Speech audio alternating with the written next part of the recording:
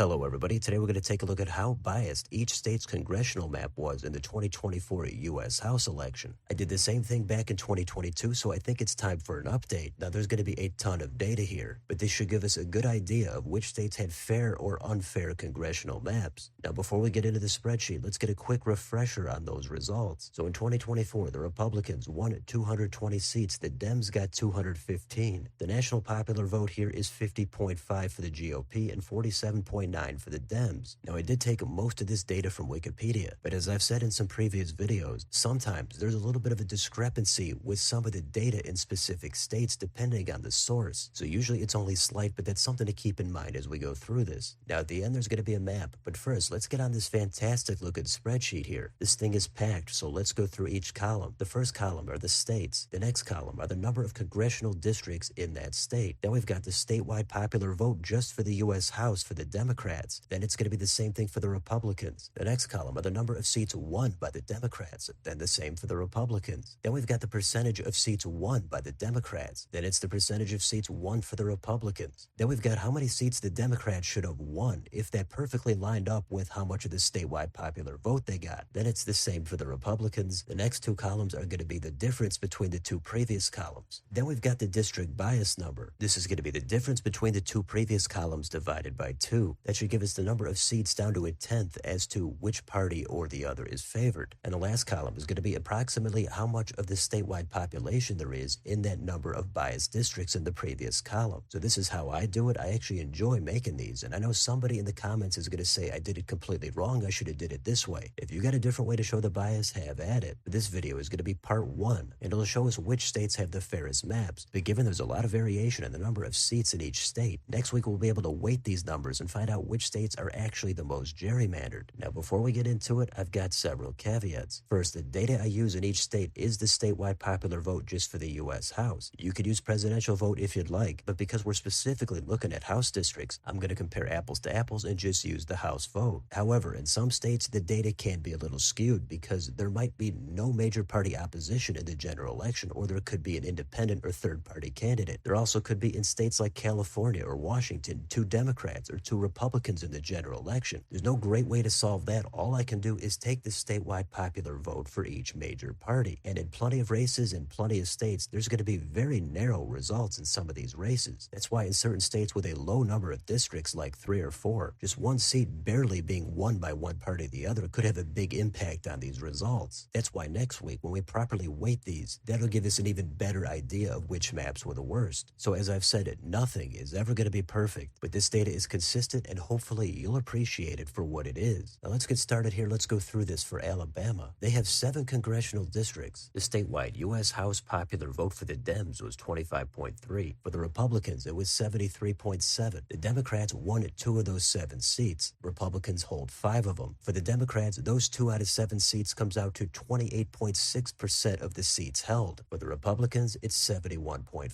So right off the bat, I could say those numbers are pretty close. Now in the next column, given the Democrats won 25.3% of that statewide popular vote, that would come out to 1.8 seats held. And the Republicans getting 73.7 would come out to 5.2 seats held. And those numbers again are very close. The Dems getting 2 seats is only 0.2 seats more than the 1.8 that they should have gotten if everything perfectly lined up. And for the Republicans, they're coming up short by also 0.2 of a seat. That is an extremely low bias, just 0.2 of a seat. And that 0.2 out of 7 in total is only a 2.8% bias. That's incredibly low. We know Democrats gained a seat in that election, and because of that, this is one of the best maps on here. Now, I also have shading in these right 2 columns. Anything between 0 and 0.4 seats is going to be colored in green. That means the district has almost no bias whatsoever. If it's 0.5 to 0.9, that's going to be lightly shaded. If it's 1 to 1.9, that's going to be medium. And if it's 2 seats or more, those are going to be the darkest colors or the most egregious maps. So with all that said, hopefully this makes sense. All I do is plug in the numbers and see what the data shows. So let's try to go quicker through the rest of these states. Alaska only has 1 congressional district, so there's nothing to look at there. In Arizona, out of those 9 seats, Republicans have 6, Democrats have 3. Given that statewide popular vote was much closer, Republicans only had a 4% majority there. That comes out to a moderate 1.3 seat advantage for the Republicans. In Arkansas, Democrats have 0 out of those 4 seats. In a perfect world, Dems would have 1.3, Republicans 2.7. Of course, that's not possible with the fractions, but 3-1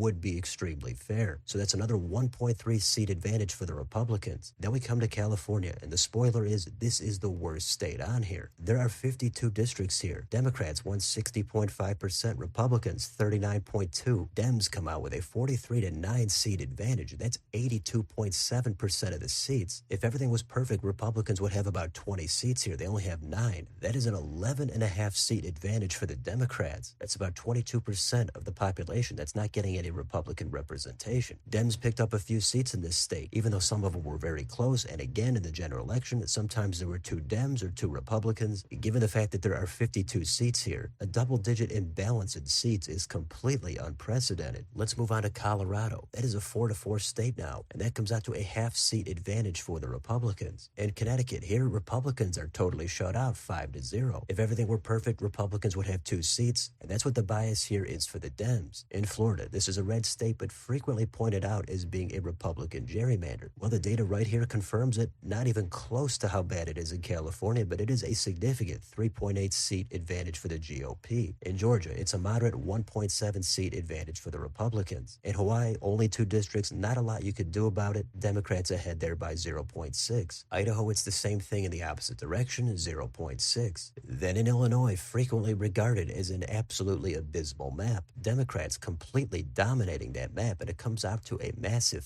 5-seat advantage. Indiana, a medium 1.6 GOP advantage. Iowa is similar at 1.7. Kansas, Dems have one of those 4 seats, but it's still a mild Republican bias of 0.7. Kentucky, super red state, but surprisingly, not a massive bias here, just 0.6 for the Republicans. In Louisiana, that map was redrawn, and it ended up as being one of the fairest maps on here. Just a 1/10 of a seat bias. You're not going to get any better than that. In Maine, Democrats are coming out with 9/10 of a seat there. In Maryland, that's a moderate blue advantage of 1.8. In Massachusetts, it's the same at 1.8. However, that state did have a notable independent vote this time, so that's a good example of where the data is going to be a little bit skewed. In Michigan, a great map there, just a bias of 4/10 of a seat. In Minnesota, that's a 4-4 map. That almost perfectly matches up with the statewide popular vote 1. And so that comes out to a spot on perfect map. Not even 1/10 of a seat advantage. You cannot get any better than that. So congrats to Minnesota for doing it yet again on a great map. In Mississippi, it's also a fantastic map. That 3-1 map comes out to just a 2/10 of a seat bias. In Missouri, Republicans are coming out ahead there by 1.2 seats. In Montana's 2 seats, they're coming out ahead by 0.8. In Nebraska, Don Bacon held on in the second to keep it a 3-0 map. And that means the Republicans here are ahead by 1.1 seats. In Nevada here, Republicans won that statewide popular vote, but in one of the districts, there was not a Democrat in the general election, sort of similar to what we saw in Massachusetts. But either way, even though Republicans won that vote, Democrats control 3 out of the 4 seats. That comes out to a 1.2 seat bias in favor of the Dems. In New Hampshire, it's also a bias for the Dems of 0.9. New Jersey has a significant Democratic bias of 2.6 seats. New Mexico, it's a little less at 1.3. In New York, that map was redrawn again to favor the Dems. Last time, it was one of the fairest maps. This time, big advantage for the Dems at 4.1 seats. In North Carolina, that map was redrawn also, this time to favor the Republicans. They're coming out ahead there a lot less than New York, but still by 2.3 seats. In Ohio, Republicans up 1.5. In Oklahoma, they're up 1.6. In Oregon, it's the Dems who are up 1.7 after flipping that seat to make it 5-1. In Pennsylvania, Republicans flipped 2 seats. Now they're ahead by 1.3. In Rhode Island, Republicans are shut out there. Dems have a bias of 0.8. South Carolina, Republicans, moderate bias of 1.8. In Tennessee, an 8-1 map comes out to the Republicans having an advantage of 2.1 seats. In Texas, it's even more than that. It's at 2.6. Utah, it's about half that at 1.4. In Virginia, it's another excellent map. Nobody with an advantage here, it's at 0.3. In Washington, that 8-2 map results in the Democrats being favored by 2.3 seats. In West Virginia, it's the GOP ahead by 0.6. And in Wisconsin, it's a red bias of 1.9 seats. So those are all the states. Down here at the bottom, we've got the national data. Of the 435 seats, Dems got 215, Republicans 220. The Republicans are actually spot on with what they should have gotten based on that national popular vote. The Dems, though, are ahead by 6.6. That comes out to a 3.4 seat advantage for the Democrats. So that's it. said, that's all the data. I know there was a ton there. But if you want to help visualize all these numbers, let's take it all, let's put it on a map. So here it is. We've got the same shading. A 2 or more seat advantage are the darkest colors. 1 to 1.9 are the medium colors. 0.5 to 0.9 are the lightest colors. And the green colors are 0.4 seats or less. Those are going to be the great maps. So what are the takeaways from all this data? Well, if you can get past all the caveats I mentioned at the beginning, this gives us a pretty good idea of which states are the worst. All the states that are the lightest colors I don't think matter really much at all. That's going to be under a 1-seat advantage, and in states with a smaller number of seats, the advantage could swing wildly depending on what happens. And of course, some races are decided by close margins, and that's going to skew it as well. But if you want to make it simple, the medium colored states are going to be where the other party should be getting 1 more seat. The darker colored states are going to be where the other party should be getting 2 or more seats. Now, I've said it a million times, you could do it a lot of different ways. This is just how I do it. It's just based on the statewide popular vote for the U.S. House. It doesn't all have to be completely perfect. The geography is sometimes a factor, the candidates are factors, and depending on if it's a wave type of environment or not, that could all have a big impact. But we can see there's about 6 states on here that are absolutely spot on. And there's a good chunk of states on here that only have a slight bias of under 1 seat. The thing to focus on are going to be the other states. Now, the Republicans have more bias in small to medium population states like Nebraska, Iowa, Arkansas, South Carolina, etc. Their biggest offenders are going to be Tennessee and North Carolina after they redrew that map. But the most notable offenders are going to be Texas and Florida. Those advantages there are multiple seats for the Republicans. Now, the Democrats are less spread out, but where they do damage, they do a lot of it. New York, Illinois, and California are massive advantages for the Dems. California had more than twice the bias of Illinois, and Illinois was already a really bad state as it is. So the Dems are a little more concentrated, but they have